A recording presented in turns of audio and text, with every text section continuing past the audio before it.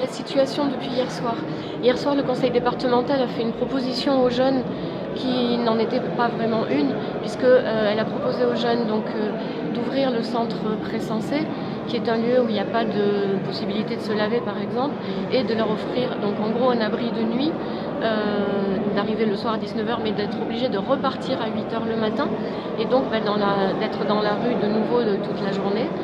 Donc les jeunes ont décidé de refuser cette proposition parce que ce qu'ils attendent bien évidemment du conseil départemental, c'est d'avoir accès à ce à quoi ils ont droit, c'est-à-dire un hébergement, un accompagnement éducatif, surtout d'aller à l'école puisque ça fait partie vraiment de leurs revendications les plus importantes, d'être soignés, etc. Donc ils ont encore passé la nuit là dans l'église Saint-Féréol. Ce matin, il y a une proposition de l'archevêque de Marseille de changer de paroisse, c'est-à-dire d'aller dans la paroisse Saint-François-Xavier qui est dans le 8e, derrière le rond-point du Prado. Les discussions sont en cours, les jeunes sont très partagés, les soutiens aussi. La question étant qu'au rond-point du Prado, on est beaucoup moins visible et que le but, c'est toujours pareil, de mettre la pression sur le conseil départemental pour qu'il fasse enfin son travail. Donc là, les discussions en cours sont difficiles. Je pense qu'il ne faut pas qu'on se trompe d'adversaire et d'interlocuteur. Notre interlocuteur, c'est le conseil départemental.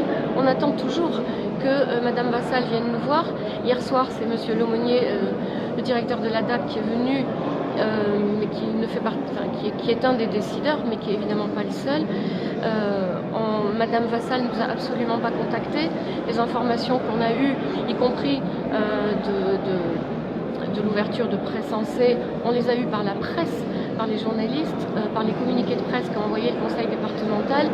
Nous, on demande vraiment que Madame Vassal vienne nous voir, que ce soit avec elle, puisque c'est elle qui a le pouvoir d'ouvrir des lieux pérennes et de prendre réellement en charge ces jeunes. On attend qu'elle vienne nous voir ou qu'elle nous contacte. Hier soir, la proposition a été refusée. Les jeunes sont extrêmement déçus.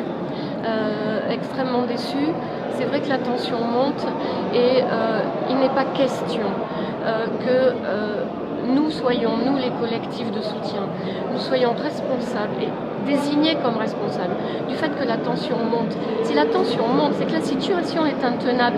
Et si la situation est intenable, c'est parce que le conseil départemental ne remplit pas ses obligations. D'accord, il n'en a pas les moyens, il faut qu'il débloque les moyens. Donc d'être accusés, nous, parce qu'on est accusés, à la fois d'instrumentaliser les jeunes, parce que bien sûr c'est ce qu'on nous reproche, d'être accusés de ne pas prendre en compte l'intérêt des jeunes, c'est quand même un peu fort de café, parce que qui est-ce qui ne prend pas en compte l'intérêt des jeunes depuis des mois et des semaines? Qui est-ce qui ne met pas à l'abri les jeunes alors qu'il doit le faire? Parce que pourquoi nous sommes là? Parce que nous les hébergeons, ces jeunes. Nous organisons des permanences juridiques, nous organisons des permanences de soins. Et si ils étaient correctement pris en charge, on ne serait pas obligé à la fois d'organiser toute cette prise en charge, parce que ce n'est pas à nous de le faire, et on n'aurait du coup pas l'occasion de les manipuler. Voilà.